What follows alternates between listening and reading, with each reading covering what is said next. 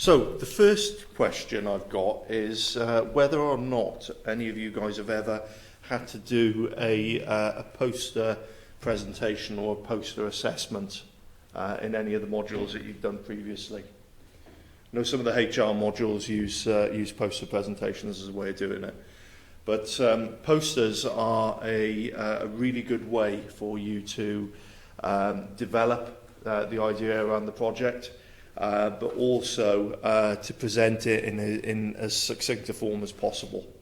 And it's used in a number of different areas. It's used a lot at academic conferences. So, when we go to these conferences and whatever, then you usually get somebody standing up talking you through a paper that they've written. And when you go to breakout or whatever, then there's usually posters around which are explaining that research in a little bit more detail. Okay, so posters can be used in a number of different ways. So just want to cover again what we're doing with this formative assessment, just so you're 100% clear. So assessment for the module is as follows. Okay, so we've got this 5% project proposal document which you've already done and handed in on the 13th. Okay. Then we've got this formative assessment. So that's development of a poster or one slide each per member of the group. It says we commence on the 23rd, but if you haven't submitted it yet or uploaded it onto Canvas, don't worry about it, because what's going to be key from a feedback perspective is that you provide it to your or you present it to your supervisor on this Tuesday coming. Okay, it is formative. It doesn't count towards any of your marks.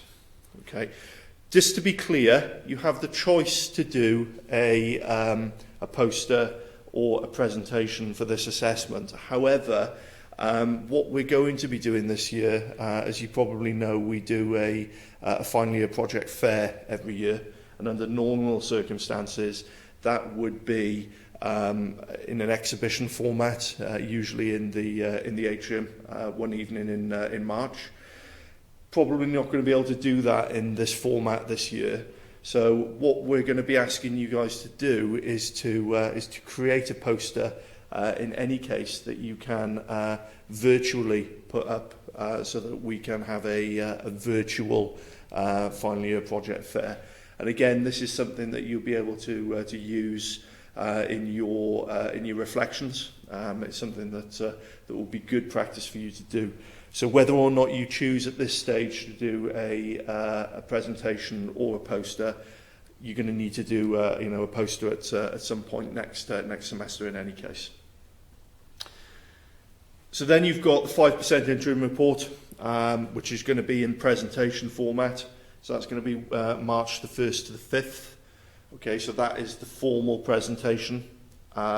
Again, hopefully I'm going to try to do that live via Zoom, but it's probable that you're going to have to pre-record that and upload it in any case. Okay, so I'll give you more details about that when they become clearer closer to the time.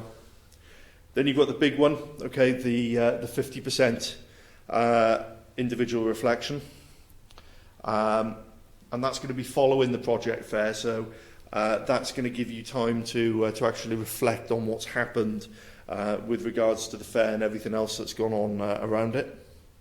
And then finally, you've got this 40% group report, which is due in May. Okay, so that is the assessment.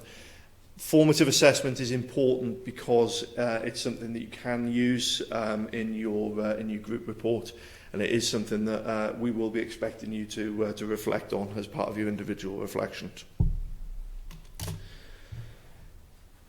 So, as I've already said, doesn't contribute to your final grade. It will enable you to really start to scope out the summative assessment for the presentation in TB2. Needs to be uploaded to Canvas before the 1st of December.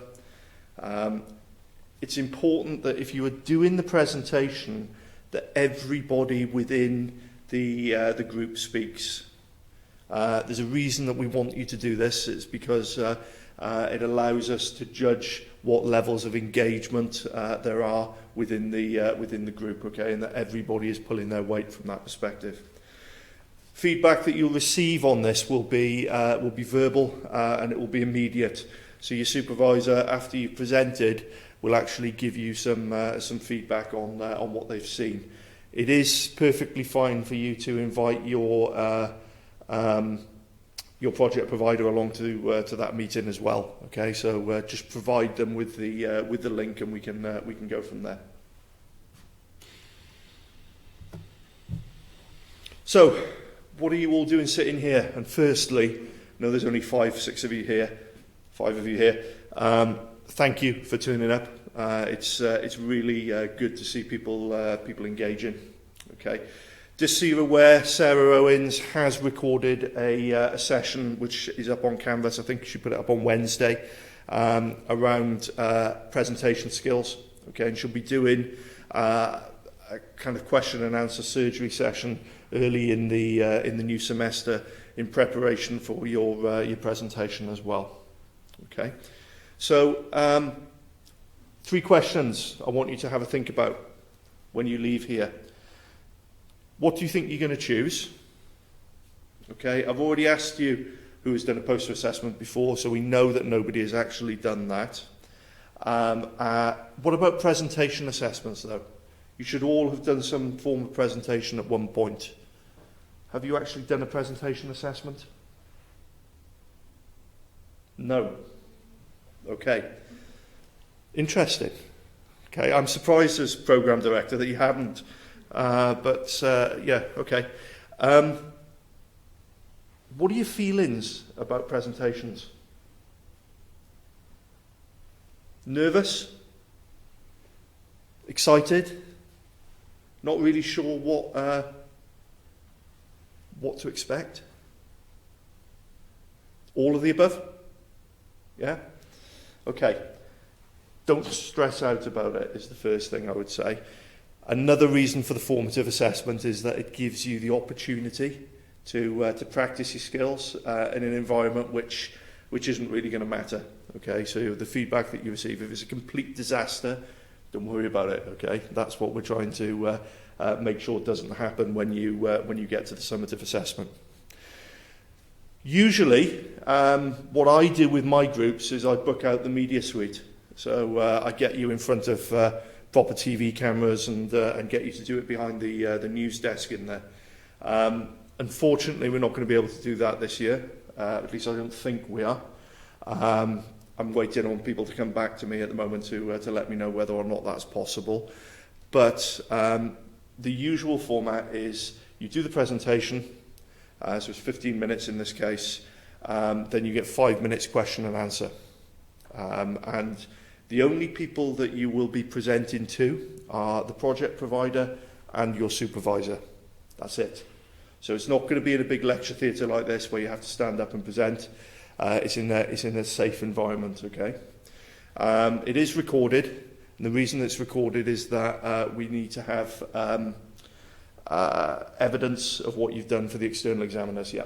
I was just going to ask if our project provider is also one of our group members.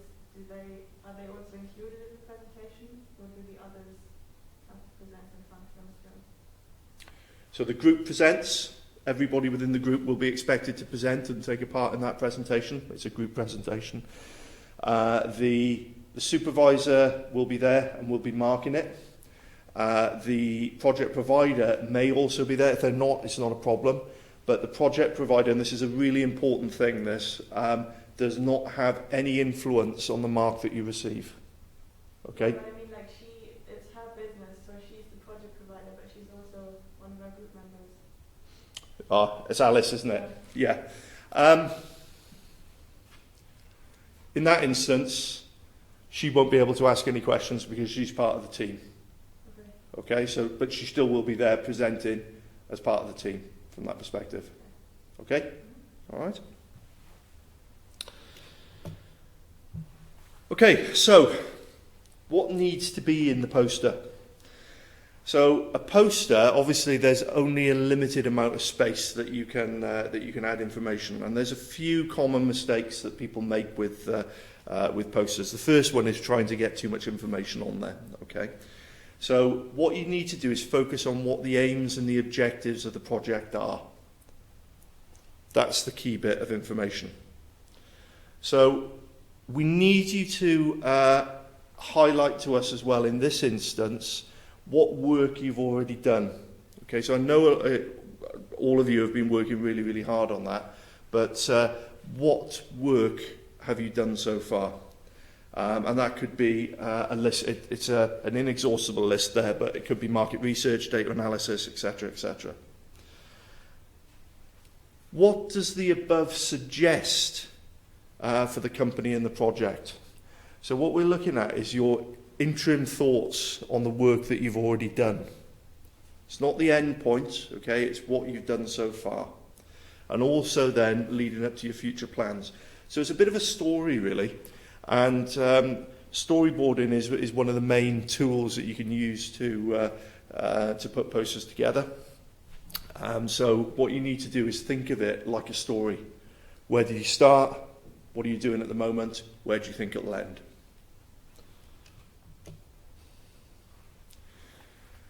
So the goals, what are we trying to achieve with the poster? It's to inform readers about your work, but in a very quick way. So it needs to be something that jumps out at individuals, okay, that will grab their attention. It's advertising. Who's here on the marketing pathway at the moment? Any of you on the marketing pathway? No? Okay. So it is about promoting. If we think about the 4 Ps, it's about promoting the work that you were doing. Screaming and shouting about it, basically, okay? What is going well? What is the impact that you think that you're going to have for your provider? And ultimately, to start a conversation. Certainly in academic conferences and so on, these posters are set up usually where people are having coffee. People will walk around. The person who put the poster together will be standing there. And it's an aid to actually start a conversation.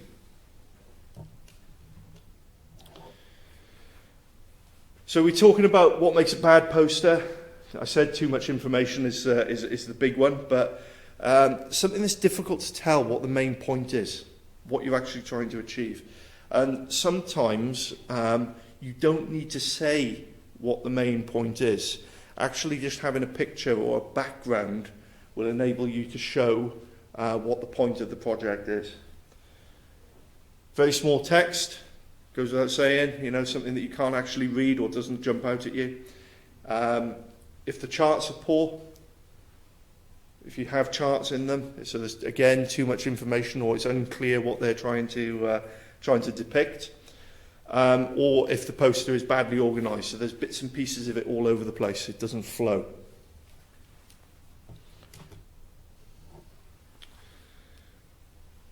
It should be narrowly focused. You should be trying to prove or provide, I should say, a single message.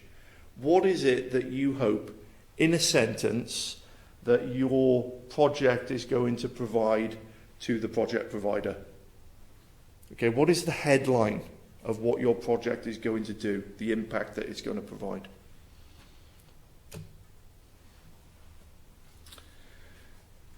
Visuality is important. So again, something that's going to jump out at you. So it's better, as it says there, for people to see your research on a poster than it is for them to read it. Why do you think that is? Think about some of the research documents or journal articles that you've read. Were they difficult to find? So nothing jumped out at you, basically, yeah? Bit of tongue-in-cheek here. Most conference attendees are illiterate, and I'm not trying to say that to be facetious. What I'm trying to say is that there's so much information that is thrown at conference attendees that something that jumps out at them that really grabs their attention is going to be something that they're going to go over and that they're going to read. And it's the same with your project provider. It's the same with your project provider stakeholders.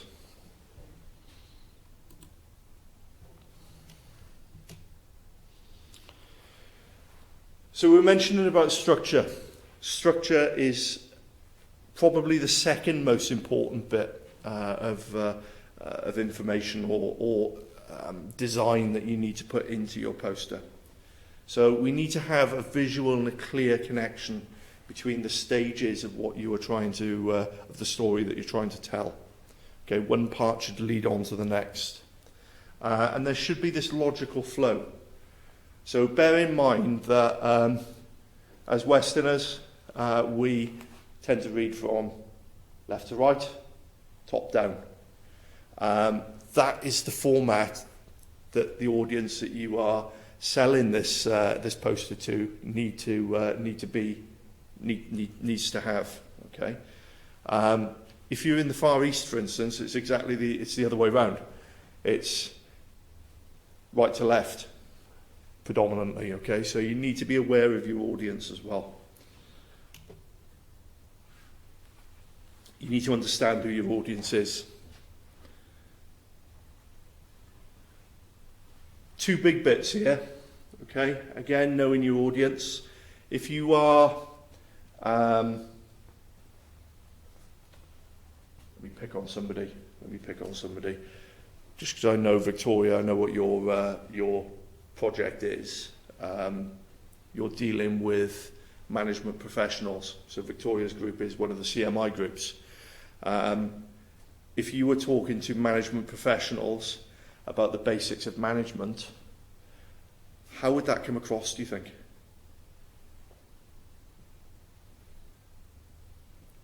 Come across as pretty condescending, I think. So, understanding your audience, don't waste time with the basics if they're experts. But on the flip side of that, if they have absolutely no idea what you're talking about, you may need to bring it down to that level. And again, don't confuse interested amateurs when presenting to them. Okay, so again, understanding people who are doing this professionally or just have a basic interest in what you're actually providing.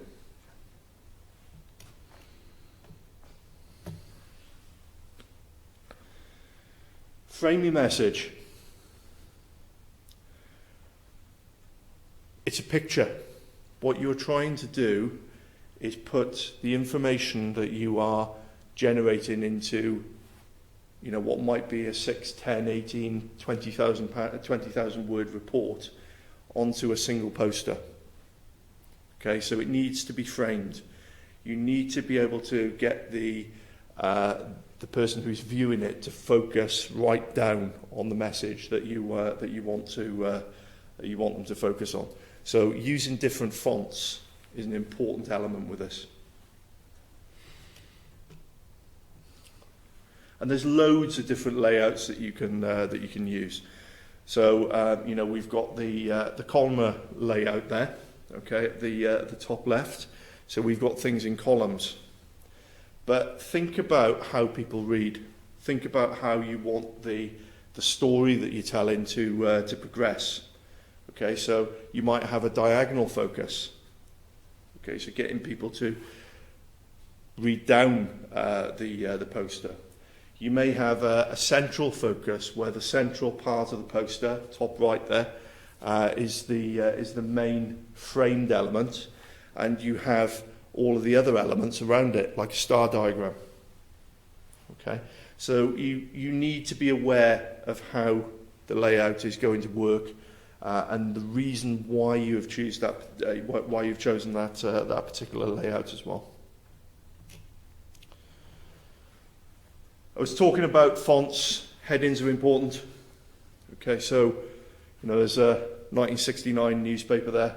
I think that basically tells you exactly all you need to know about what that story is, and then it's actually backed up with something, if you look, that's in a different font and is more conversational. So you've got bang, we're on the moon, and then second, and it's one giant leap for mankind. So you've got the main message, but then it starts to become more conversational. So you can be quite clever with the way that you actually use fonts.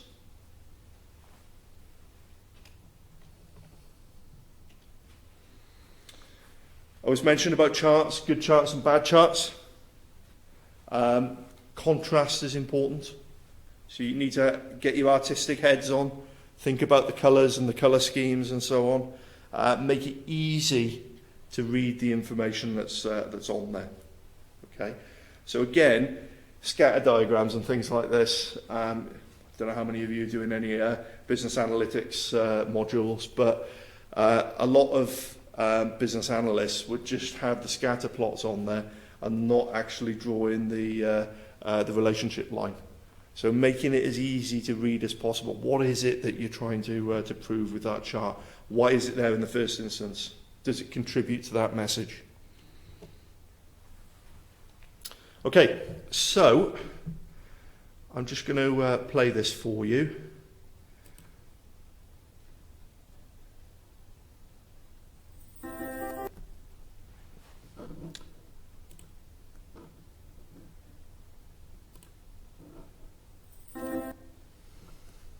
Just turn it up.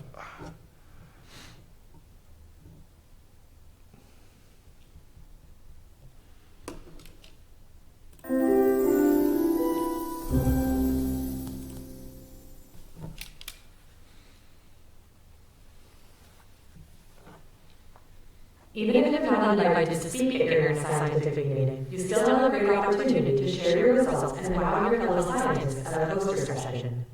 A well-designed poster that efficiently gets across your ideas can make the difference between a lackluster shown and a standout appearance. Here, we'll go over some things to consider when making a research poster, from content and organization to increasing visual appeal. The number one mistake of scientific posters is to pack in too much information. Even the most interested visitors to your poster are not prepared to stand for half an hour and read the entire thing, so make it easy for them to get the gist. You don't need to include all the information you would in a manuscript, and you don't need to use full sentences. Use bullet points. Justifying text on the left side can help make it easier to read, and as always, a picture is worth 1,000 words. Your figures are the heart and soul of your poster. Use them to your advantage, and don't bury them with large blocks of text that no one will read. Structure is just as important to a poster as it is to a paper. Present your ideas in logical order, with your poster layout facilitating this organization. Keep in mind that people naturally read from left to right and from top to bottom. One popular option is to split a horizontally oriented poster into 3 columns. Regardless of the pattern you choose, make sure it's clear to readers where to start and end. In designing a poster, don't be afraid of white or negative space. If you feel arranged, your poster will clutter and be hard for viewers to take in. In fact, as much as 40% of your poster should be blank. Use this space strategically to draw attention to your most important messages. Color can be live in your poster, but be selective. Only use 3 to 5 colors and avoid ones that are too bright or print poorly. Don't even think of using patterns or dark colors for the background. These can be distracting, hard on eyes, and will also make your figures look bad. Keep it simple. White is the easiest to work with and the cheapest to print. Even if your poster looks great and includes the right level of information, if the text is too small, you'll annoy visitors and drive away your audience. A good rule of thumb is to have everything easily visible from 6 feet away and nothing smaller than 24 point. Avoid unprofessional fonts such as Comic Sans, and don't move to many different fonts. It will give your poster a chaotic look. For your body text, it's usually a good idea to choose a serif font. Those are the ones with the extra strokes at the end of letters, like Times New Roman, which is easier to read when small. For titles and headings, pick a non-serif or sans-serif font, such as Arial or Helvetica. Short and sweet titles are usually better, because many conference attendees scan the poster session titles to find the presentations they don't want to miss. A good title that conveys your message and a well-written abstract can really draw people to your poster. Don't assume a celebrated figure can simply be slapped onto your poster. Simplify your graphs and provide titles and even arrows to help your readers along. Consider labeling your images with more general descriptions instructions so that scientists from outside your specific field will still get the basics of giving an experiment. And some caregivers do wonders for giving passersby the gist of their work. If it's artfully done, they might even stick around to learn more. Of course, remember to think about how to present your poster as well. An attractive design will still fall flat if you get flustered trying to explain it, but master both and you're set to hit your next poster session.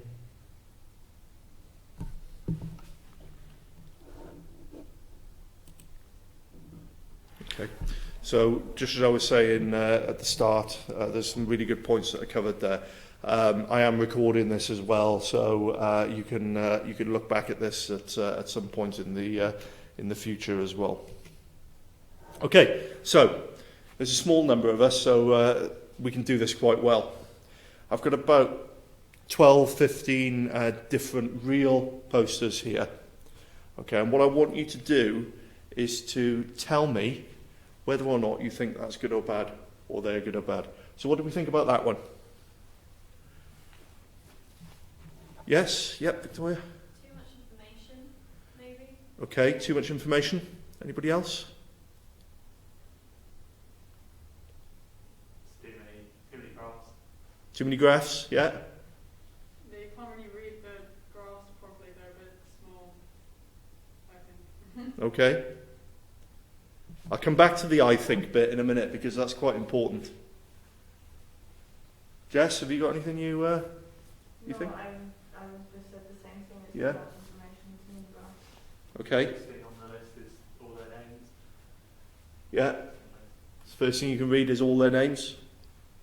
It's difficult to see what it's actually about, isn't it? Yeah. So you've really got to look for that information. There's loads and loads of stuff in there. The colours are great, but some people may think that the colours are actually distracted. My personal feeling on this, actually I'll ask you. So if you were to say that's good or bad, what would you say? Okay, I'd agree with you. I think there's too much information there, but there are some good points to it. So coming back to what you guys think, some of what we're talking about is subjective. Sometimes things just jump out at you, and you think, yeah, that's great. I actually get what that's saying. So yeah, okay, some good points there. What about that one? The background's really distracting. Yeah.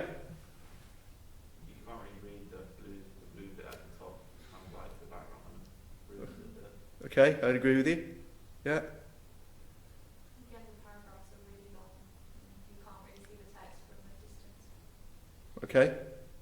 The division of sections is better, but with boxes being clearer and dried up a little. But So I think it flows quite nicely, yeah? Now, I'd agree. Who said about the colour for the... Yeah, I'd agree with you on that. The background, however, who likes the background? Nobody. See, I quite like the background because it's talking about hybrids, it's talking about something that's environmental. So if you're walking past that and you see something with a load of trees on it, if you're interested in the environmental elements, you might be drawn to it. My personal opinion. Okay, so I'm not saying that's right, I'm not saying that's wrong. But some of this is subjective. So overall, what do we think? Good or bad? Good? I'd say good. better than the other one. Better than the other one? But Don't let me lead you. If you think it's bad, then that's fine. it's alright. Yeah.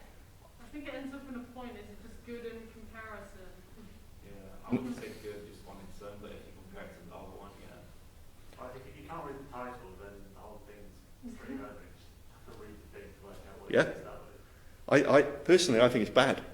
There's a few things I like about it, which are the background, which most people hate. We were having the session that we did on, was it Monday or Tuesday? We had Beth and Sam doing the workshop, and I dropped in, and we had a bit of a, not falling out, but a bit of an argument about this, because I liked the background and they hated it. Beth's a marketeer, that's her experience.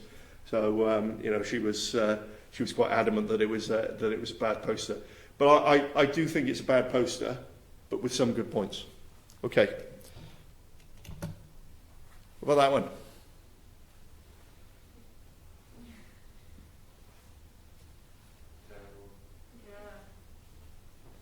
Bad?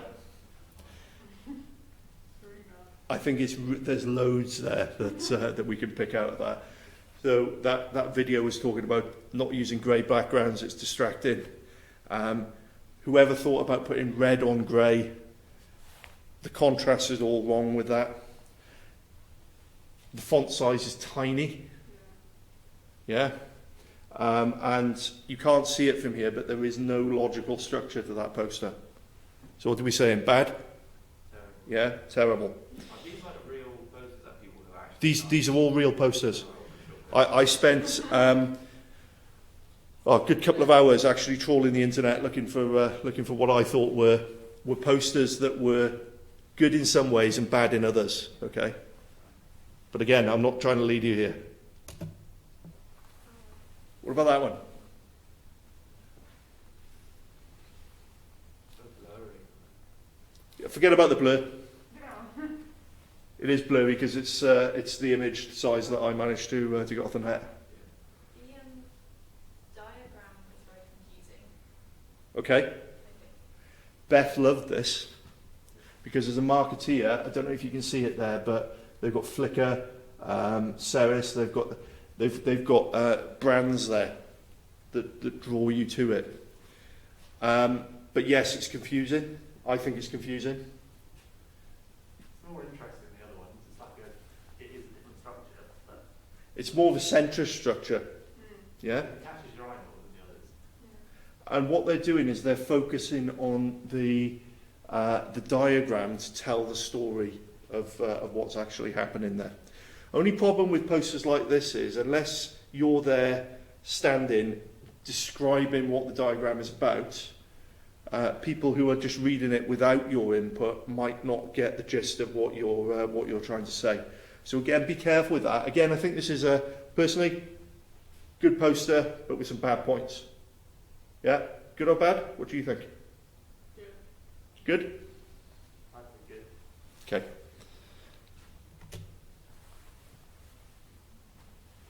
What about that one?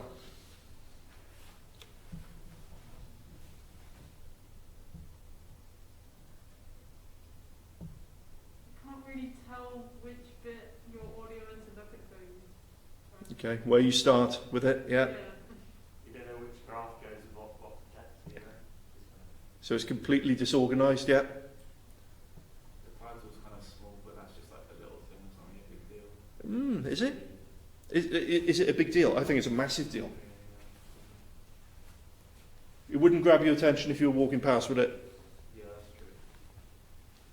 What about the structure of it? You know, we've mentioned about not knowing which graphs go with which bit, but is it logical, the structure? Fairly, I think, Yeah. I don't think we can tell really. I mean, I'm looking at it now. I think at the top left they've got the background. Your conclusions are here at the bottom left, and then you've got other bits and pieces up there. So I don't think it flows as well as potentially it could. Okay. What do we think? Good or bad? Okay, I'd agree with you on that one. I don't like the background colour either. What about this one?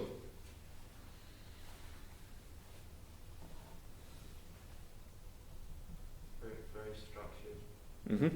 quite organised, you know. Maybe a bit too much text, but not enough graphs or visual. Might not have any graphs there, but if you read the title, you actually know what it's about. Yeah. So there isn't much qualitative stuff in there, but the subject matter probably doesn't lend itself to quantitative data analysis. Maybe wrong. I think the fonts are good. I think the structure is good. References as well at the bottom. Would you put references on the poster? Yeah. Mm-hmm.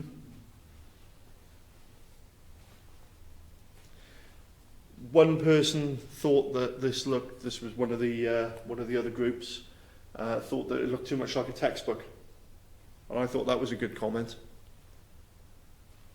Okay, so in that instance, you know, we're all used to reading textbooks and whatever. Would that grab your attention as you were walking past? So is there enough attention grabbing, information in there? Also, you can't see it here as well, but Look where she's put her name. Yeah, if we look back at the first one, most of the title block was taken up with the names of the people. Is that relevant? A lot of academics like to scream and shout about their name. Look at me, look at what I've done. Okay, but in reality, it's detracting from the information that you want to give people. So, generally good or bad? What do we think? Good. Yeah, I'd agree with you as well. Good on that one. About that one. I'd say the background's probably a bit distracting. Completely distracted. I hate the background. What else?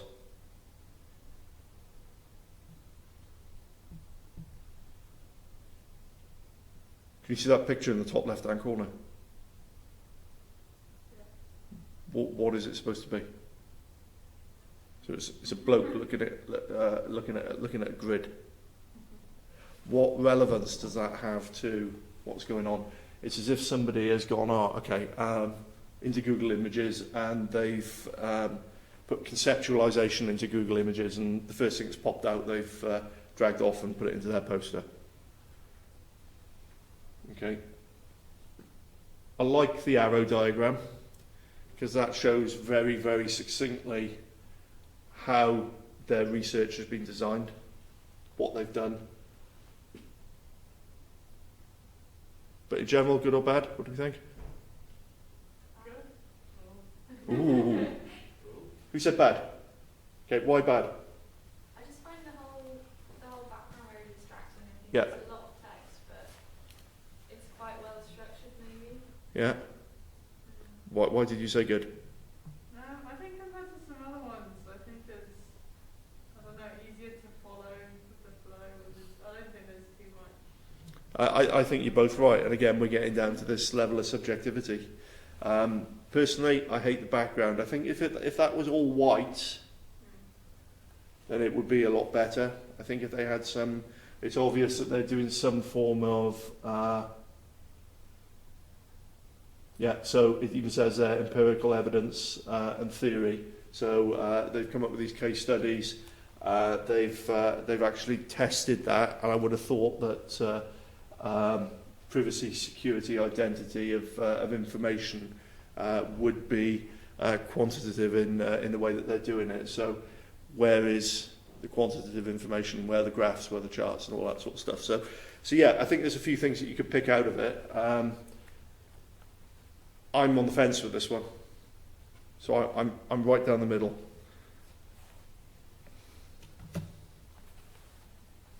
About that one.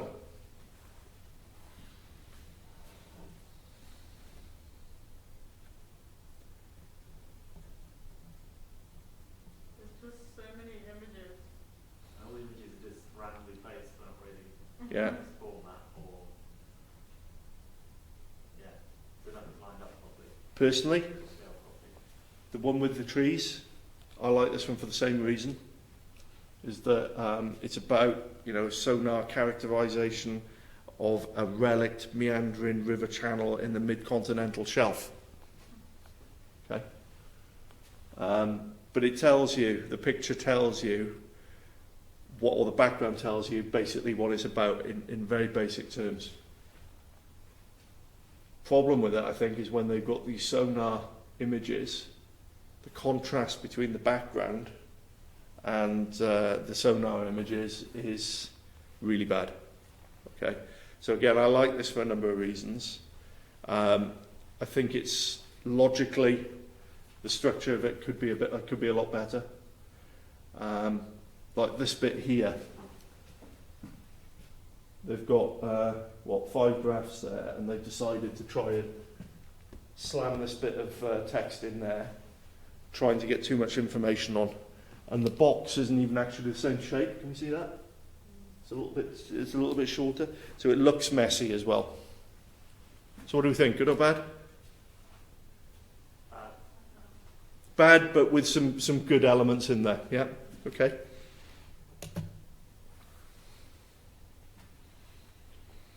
About that one.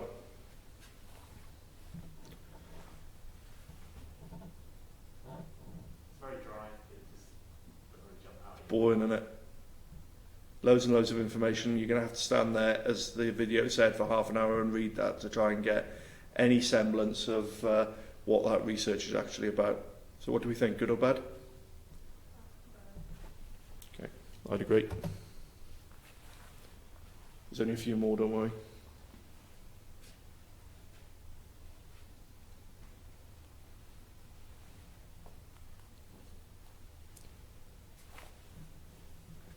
I like this one. Yeah? I can't really pick out much bad. I think the flow's quite good and there's quite nice pictures. Yeah, there isn't many pictures in there. There's diagrams and things like that, but I think overall this is a really good one, mainly because of the way that it's framed. It's a very, very logical structure. The typeface is good. Okay. If I was to pick out anything with it, it would be that the names of the PI is principal investigator, by the way, and co-PI is co-principal investigator, and all that sort of stuff. That's not really relevant. That should be, all the way down here, really, really small. Okay, and they may, so you can use banners as well. So, if you want to get an image in, like we were talking about the last one with that background of the sea, what you could potentially do is put a banner in there so you have the best of both worlds. That's the problem with this. I was going through these and I was thinking to myself, what would I do to change them, or how would I present it? Okay, what about that one?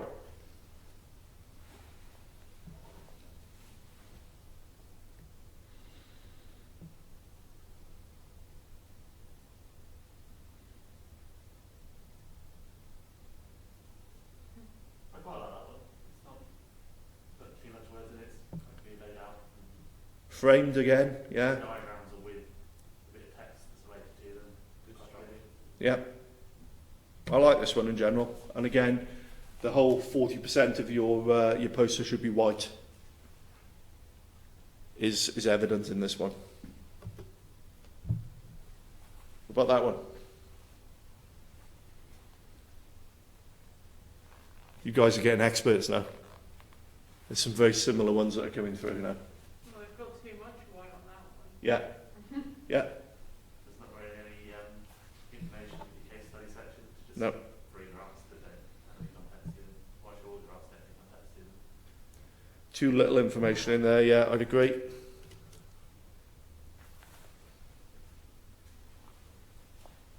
What do you think of that one?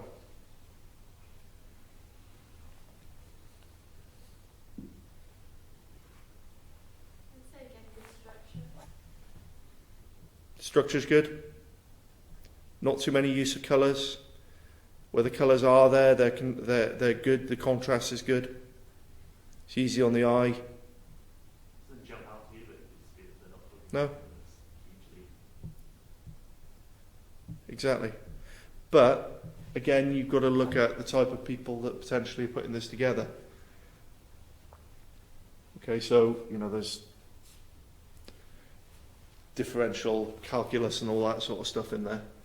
So that's aimed at a specific type of individual. Big Bang Theory, if any of you have watched that, that's the sort of thing that would jump out at, I think. What about that one?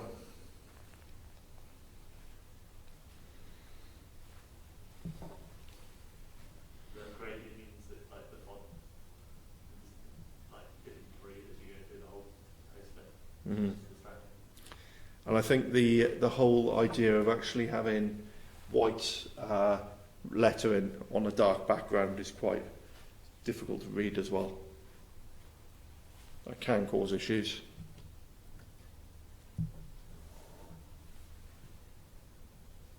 Too much information. Everything else is fairly good though. Although the flowchart's good, yeah. Yeah. The backdrop should sort of, So I put this one up for a reason, because flowcharts are a great way of diagrammatically representing what it is you're doing within your project. Okay, so what time is it? 12 o'clock. Great.